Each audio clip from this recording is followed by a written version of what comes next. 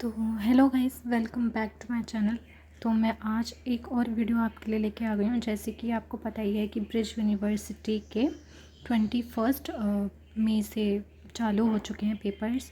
तो जो लोग फर्स्ट सेम में हैं उनके लिए मैं मॉडल पेपर लेके आई हूँ। ये मेरा 2024 का पेपर है, जब मैंने बीए की थी, फर्स्ट ईयर की थी, फर्स्ट सेम के पेपर दिए थे। सेमेस्टर्स का सिस्टम कर दिया है अब की बार नहीं, 2 साल पहले से। और मैं उसकी पहली स्टूडेंट हूँ जब से सेमेस्टर का सिस्टम किया है। तो मैंने जब सेम फर्स्ट के दिए थे तो ये जनरल हिंदी का पेपर है।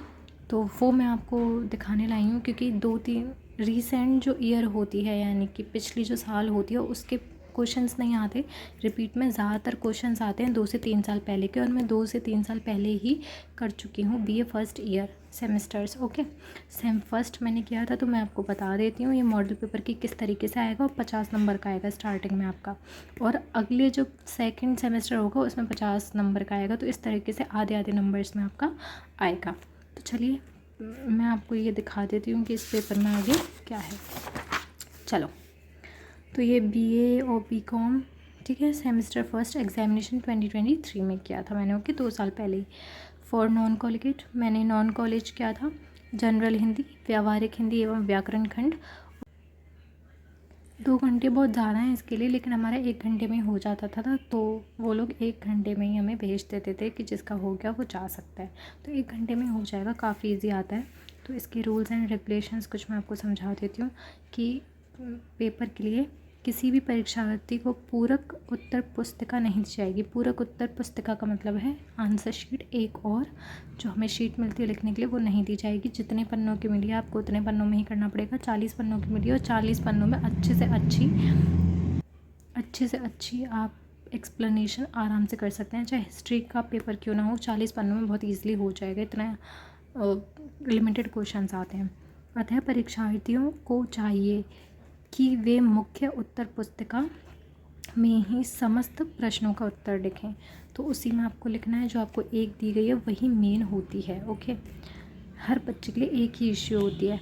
किसी भी एक प्रश्न के अंतर्गत पूछे गए विभिन्न प्रश्नों के तो दूसरा पॉइंट है आपका, किसी भी एक प्रश्न के अंतर्गत पूछे गए विभिन्न प्रश्नों के उत्तर पुस्तिका में अलग अलग स्थानों पर हल करने के बजाय एक ही स्थान पर हल करें। यानी कि कोई एक क्वेश्चन है, उसमें पॉइंट वाइज पूछे गए हैं कि पॉइंट 1, पॉइंट 2 या फिर ए बी सी डी ऐसे करके।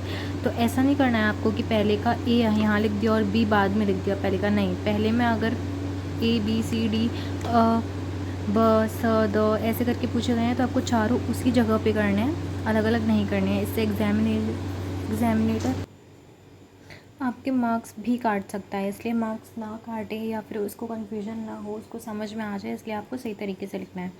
तीसरा पॉइंट है, प्रश्न पत्र में 2 इकाइयाँ यानी कि व्यावहारिक खंड और व्याकरण खंड हैं। प्रत्येक इकाई के 25 अंक हैं। प्रथम इकाई में 4 प्रश्न और द्वितीय इकाई में 5 प्रश्न है। इकाई मतलब यूनिट। ओके, ये सब चीज़ आपको समझ आ गई है। पेपर की तरफ मुड़ते हैं, बहुत लेट हो गया आप लोगों के लिए, ज़्यादा लंबी वीडियो हो जाएगी नहीं तो। प्रथम इकाई है, पहला क्वेश्चन है, निम्न में से किसी एक पर 300 शब्दों में निबंध लिखिए। यानी कि आपको निबंध लिखना है। 300 शब्द आप इतना मान लीजिए जैसे कि आपकी इतनी कॉपी आती है, इतनी बड़ी, ठीक है। इतनी कॉपी आपकी आएगी तो आपको ये पन्ना भरना है और ऐसा ही दूसरा पन्ना भरना है। तो इस तरीके से आपको लिखना है। और 300 शब्दों का मतलब हो गया आपको 4 पन्ने तो कम से कम लिखने ही लिखने हैं। 4 पन्नों के बिना काम नहीं चलेगा, ठीक है। 4 पन्ने लिखने हैं, क्योंकि 2 पन्नों से कुछ भी नहीं होगा। किसी की राइटिंग बड़ी है तो आप ये सोच लीजिए, किसी की राइटिंग ऐसे ऐसे इतना इतना गैप देता है, तो कैसे करेंगे आप? 2 पन्नों में वो राज़ी हो जाएगा? नहीं होगा। 300 शब्द, उसको इंपॉर्टेंट 4 पॉइंट्स, जैसे कि हमारा वो हो जाता है उपसंहार हो गया, थोड़ा इंट्रोडक्शन हो गया, फिर पॉइंट्स हो गए 3 से 4, उनके भी थोड़े सब पॉइंट्स हो गए। ये सब चीज़ें निबंध में ज़रूरी होती हैं, तो आपने ये कवर अप करनी ही करनी है, इसमें कोई बहाना नहीं चलेगा आपका। तो हमारे टाइम पे जो टॉपिक्स थे वो ये थे, स्त्री शिक्षा एवं वर्तमान समाज, ये टॉपिक था। और समाज में बढ़ते अपराध व रोकथाम के उपाय। तीसरा था समाज के नव निर्माण में साहित्य की भूमिका। और चौथा था वर्तमान समाज में सोशल मीडिया का प्रभाव। ये बहुत ही ज़्यादा ऐसा टॉपिक है जो आते ही आता है, एक बार तो दे ही देते हैं एक ऑप्शन। मैं इसे दे ही देते हैं। तो आप इसे प्रिपेयर कर लीजिए, आपके हर नेक्स्ट सेकंड सेमेस्टर में भी ये आपका आ सकता है। तो इसलिए आप ये कीजिए, ये वाला टॉपिक, और एक स्त्री शिक्षा एवं वर्तमान समाज से रिलेटेड कर लीजिए, क्योंकि ये टॉपिक्स आते ही आते हैं। तो आपको दिक्कत नहीं आएगी, आप एक से इन 2-3-4 को कर लेंगे ना, तो आपके जो सेमेस्टर्स हैं वो पूरे के पूरे क्लियर हो जाएंगे। फिर 5th सेमेस्टर से तो आपकी हिंदी हट जाएगी, थर्ड से ही हट जाएगी। इनफैक्ट थर्ड में आपकी हिंदी आएगी, बट 5th और 6th से हट जाएगी। सेकंड है, शासकीय व अर्धशासकीय पत्र के प्रमुख अंतर को स्पष्ट कीजिए। प्रश्न मतलब आपको पत्र लिखवाने के लिए कहा जाएगा, या फिर पत्र से रिलेटेड क्वेश्चंस भी पूछ सकते हैं आपसे कि अधिसूचना क्या होता है ना, और वो पत्र क्या होता है, रिपोर्ट क्या होती है, ये सब आपसे प्रश्न भी पूछ सकते हैं, जो आपने 12th में भी किए होंगे कि रिपोर्ट क्या होती है, अधिसूचना क्या होती है, उल्लेख क्या होता है, ये सब आपसे पूछ सकते हैं, ठीक है। अथवा एक अधिसूचना का प्रारूप तैयार कीजिए, ये भी आपसे पूछ सकते हैं। आपसे ये भी पूछ सकते हैं कि अधिसूचना होती है क्या, उसके प्रकार क्या क्या हैं, ये भी पूछ सकते हैं आपसे। तो सब चीज़ प्रिपेयर करके जाइएगा। थर्ड है, कार्यालयी ज्ञापन किसे कहते हैं, एडवर्टाइजमेंट, इसकी उपयोगिता पर प्रकाश डालिए। प्रोफेशनल एडवर्टाइजमेंट किसे कहते हैं, ठीक है, या फिर ऑफिशियल एडवर्टाइजमेंट। अथवा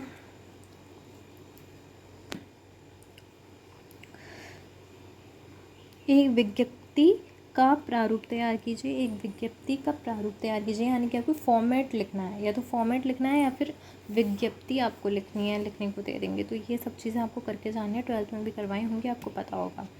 अगर आप फर्स्ट सेमेस्टर जस्ट एंटर हुए हैं तो, या फिर आपकी बैक है, तो आपको ये क्लियर करना, और 12th में हमको पढ़वाए होंगे तो आपको ताज़ा याद होगा। तो इन सबको अच्छे से कीजिए। ये 4th और 5th सेमेस्टर में नहीं आएंगे, आपके 6th में नहीं आएंगे, 1st और 2nd में इसलिए आ रहे हैं क्योंकि 12th से जस्ट आप आए हो, ताज़ा आपको याद रहता है वो पढ़ाई, तो इसलिए आपको करवा रहे हैं ये। बाकी 5th और 6th में बिल्कुल ही हट जाएंगी हिंदी और इंग्लिश। थर्ड है, किसी एक का पल्लवन कीजिए, यानी कि आपको है ना थोड़ा सा एक्सप्लेनेशन करना है। फर्स्ट है, चंदन विष व्यापो नहीं लिपटे रहत भुजंग। सेकंड है, होनहार वीरवान के होत चिकने पात। इनका थोड़ा सा आपको एक्सप्लेनेशन यहाँ करना है, हिंदी में यही सब आता है। फोर्थ है, संक्षेपण कीजिए, यानी कि इस पैराग्राफ का या इस कॉम्प्रिहेंशन का आपको थोड़ा सा व्याख्या करनी है, ठीक है, थोड़ी सी व्याख्या करनी है आपको। एक ये है, एक ये है। आप चाहें तो स्क्रीनशॉट ले सकते हैं समझने के लिए किस तरीके से, प्रैक्टिस के लिए आप इन्हें ले सकते हैं, प्रैक्टिस कर लीजिएगा इनको देख के। एक बार और मैं आपको ये पेपर दिखा देती हूँ, ये देखें, आप स्क्रीनशॉट ले सकते हैं इस तरीके से।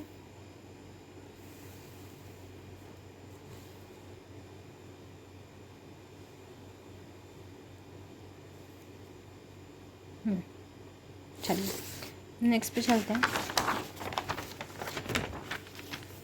आइए, तो अभी आपकी द्वितीय एक है, यानी कि यूनिट 2 आ जाती है। 5th है, इसमें या प्रत्यय लगाकर 2 शब्द बनाइए। थोड़ी सी ग्रामर आएगी, ग्रामर बहुत ईजी है आपके, यहाँ ज़्यादा वेटेज है, देखें यहाँ ज़्यादा वेटेज है आपके, और ये तो 5 मार्क का है, एक करना है आपको, ठीक है, कोई 5 मार्क का, ठीक है। तो या प्रत्यय लगा के आप 2 प्रत्यय बनाइए, कोई भी बना लीजिए, ठीक है, वो शब्द बनाने हैं आपको, और एक प्रत्यय लगाकर कुछ 2 शब्द बनाइए, ये आप कर ही लेंगे। सेकंड है, पूरा उपसर्ग लगाकर 2 शब्द बनाइए, अथवा ता उपसर्ग लगाकर शब्द बनाइए। थर्ड है, निम्न का संधि विच्छेद कीजिए तथा संधि का नाम बताओ। यद्यपि, नायक, तल्लीन, अथवा निम्न का समास, विग्रह और समास का नाम बताओ। समास भी पूछे जाएंगे। यथाशक्ति, दुर्गति, बैलगाड़ी, ठीक है। 6th है, निम्न वाक्यों या शब्दों को शुद्ध कीजिए। इनको आपको शुद्ध करना है जिस भी तरीके से, इसमें सब मिक्स हैं। अब आपको किस तरीके से करना है ये आपको देखना है। आहा मज़ा आ गया, इसमें एक्सक्लेमेटरी मार्क लगेगा, ठीक है, संबोधन का चिन्ह। रमेश मेरा सबसे प्यारा और परम मित्र, इनमें से कोई एक आएगा। कितना रमणीय और सुंदर है, रमणीय और सुंदर एक ही होते हैं, तो या तो रमणीय लिखिए या सुंदर लिखिए। शालीन और नम्रता युक्त आचरण करो, शालीन और नम्रता युक्त आचरण करो। शालीन या नम्रता में से कोई एक। शेर रात दिन गुर्राता है, शेर हर रात गुर्राता है या हर दिन गुर्राता है।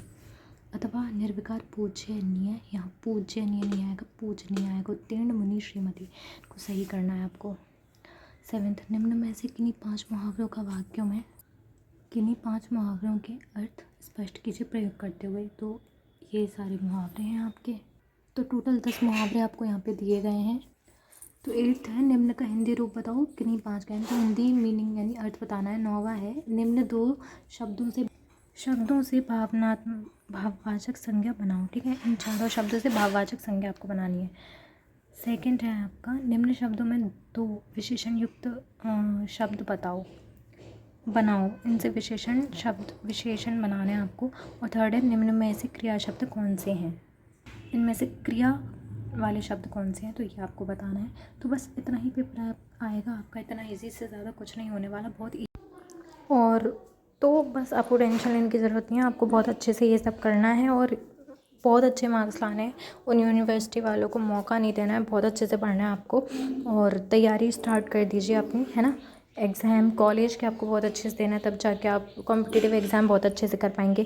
जब कॉम्पिटिटिव एग्ज़ाम बहुत अच्छे से करेंगे तब आपकी नौकरी लगेगी तो ही तो आप अच्छे से रह पाएंगे। और मुहावरे की सीरीज़ मेरी ज़रूर देखिएगा, पसंद आए तो लाइक शेयर और सब्सक्राइब कीजिएगा, नहीं पसंद आए तो कहीं और से देखिएगा, पर देखिएगा। और ऐसे ही और मुहावरे और इनकी सीरीज़ और एग्ज़ाम की सीरीज़ और किसी और एग्ज़ाम का मॉडल पेपर मैं आपके लिए ज़रूर लेके आऊँगी, तो बनी रहिए। तो मिलते हैं अगली वीडियो में, तब तक के लिए राधे राधे, अच्छे से रहिए, बाय।